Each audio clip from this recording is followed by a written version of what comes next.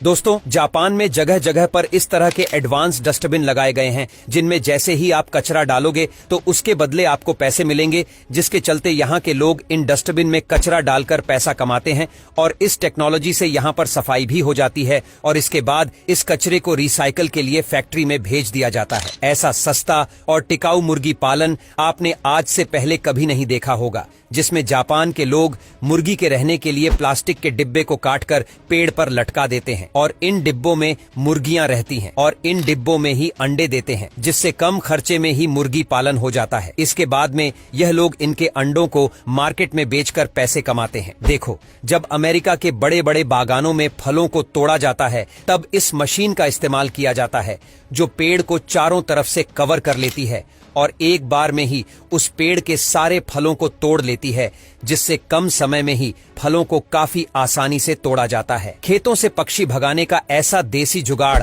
आपने आज से पहले कभी भी नहीं देखा होगा, जिसमें पंखे के पीछे लकड़ी बांध दी जाती है और जब भी हवा चलती है तब वह लकड़ी स्टील के बर्तन से टकराती है और आवाज निकलती है, जिससे पक्षी खेत से भाग जाते हैं।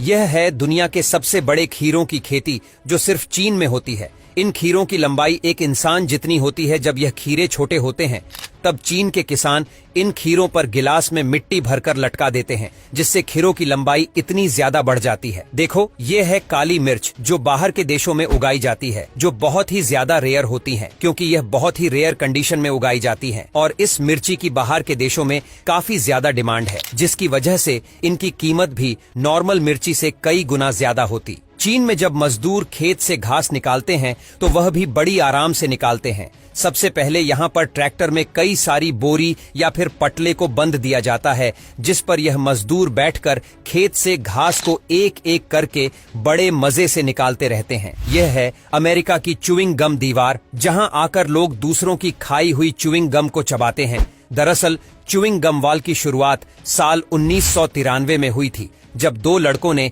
ऐसे ही दीवार पर च्यूइंग गम चिपका दी थी और इन दोनों लड़कों को देखकर ही वहां पर मौजूद और भी लोगों ने भी दीवार पर च्यूइंग गम चिपका दिया और तब से ही इस दीवार पर चिंगम चिपकाने का ट्रेंड बन गया था। देखो, यह है तुर्किश आइसक्रीम, जो काफी ज्यादा हार्ड होती है और इसे काटने के लिए बड़े से चाकू की जरूरत पड़ती है।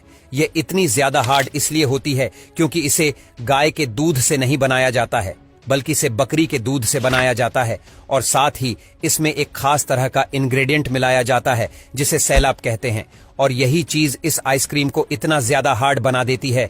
क्या आप इस आइसक्रीम को खाना चाहेंगे? कमेंट में जरूर बताना। इस पेड़ में इतना ज्यादा पानी भरा होता है जिससे पूरे गांव के प्यास बुझाई जा सकती है। दरअसल रेगिस्तानी इलाकों में पाए जाने वाले इस पेड़ को बाओबाब ट्री के नाम से जाना जाता है, जो कि एक बार में 10 से 12,000 लीटर पानी को अपने अंदर स्टोर कर लेता है।